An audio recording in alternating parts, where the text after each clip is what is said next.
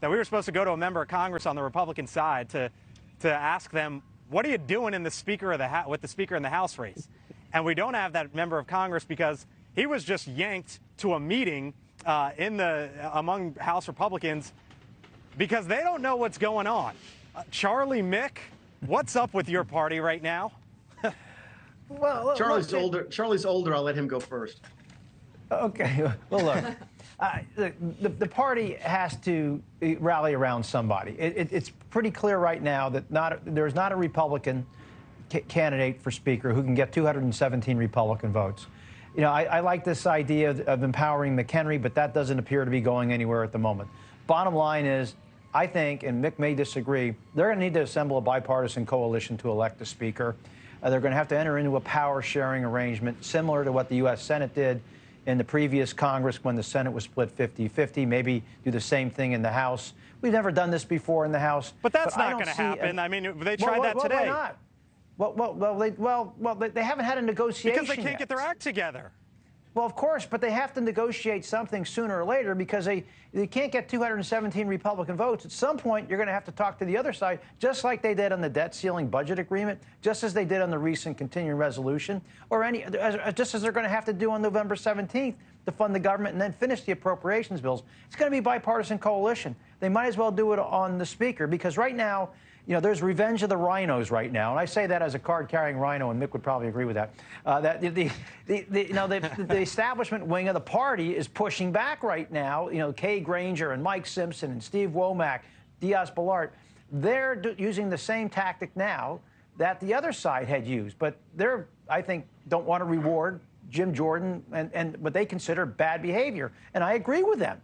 You know, Jordan lost to Scalise, and a minority is trying to impose the losing candidate, Scalise, over the objections of the majority of the conference. And I can see why they're really red hot over this.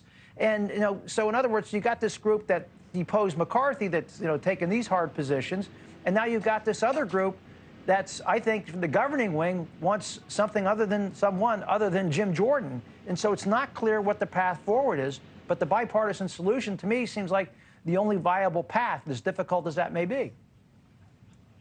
All right, let's bring Lauren and Kurt in.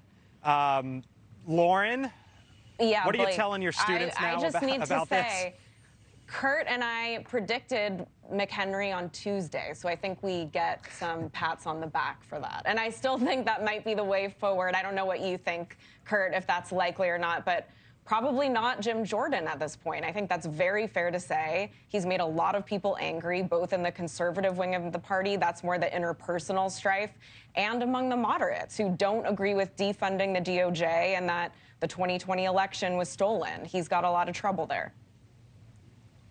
Yeah, I mean, I think when you look at the situation now, particularly because there actually is a legislative, rationale here, where like Congress is going to have to move on some stuff here. We got the national security funding bill coming up, and to what Mick pointed out earlier, that it's just come out that the top Democrat on the Appropriations Committee briefed House Democrats saying that the White House is intending to send a supplemental domestic spending bill as well next week that does things like broadband and child care, as well as disaster aid. And so being able to move on those, like the White House is going to be putting a little bit of pressure here on Republicans by sending these funding requests to Congress. And if the Republican line is, well, we can't act on anything because we don't have our act together, they're going to look like a bunch of clowns, and they're going to end up paying a heavier political toll the longer this goes on. And I think to what Lauren and I said on Tuesday, the obvious solution, at least for this exact moment in time to get them through at least the next week or two, is to try to find a way to empower McHenry to move some of these bills.